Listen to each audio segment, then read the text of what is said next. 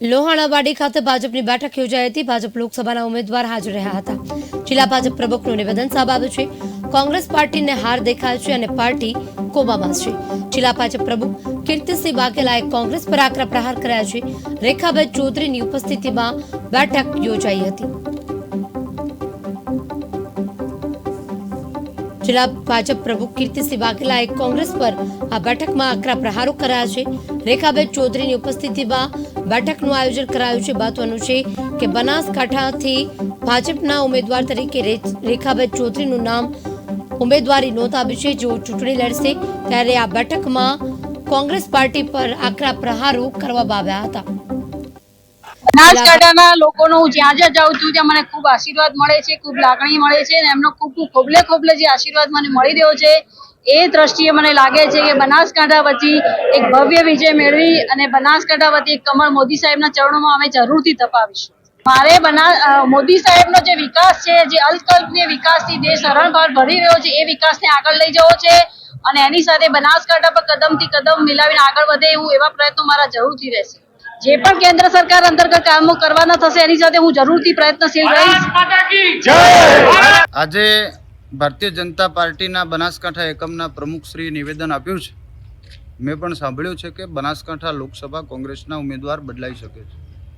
આવું ક્યારેય શક્ય નથી। ભારતીય રાષ્ટ્રીય કોંગ્રેસે જાહેર કરેલા અમારા ઉમેદવાર છે, લોકપ્રિય ઉમેદવાર છે આદરણીય જ્ઞાનીબેન ઠાકોર।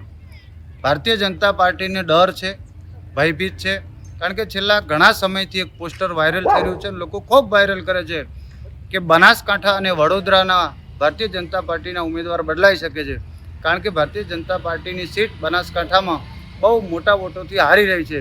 એટલે મને લાગે છે કે આ ડરથી આનંદ ફાનંદમાં નિવેદન આપ્યું છે।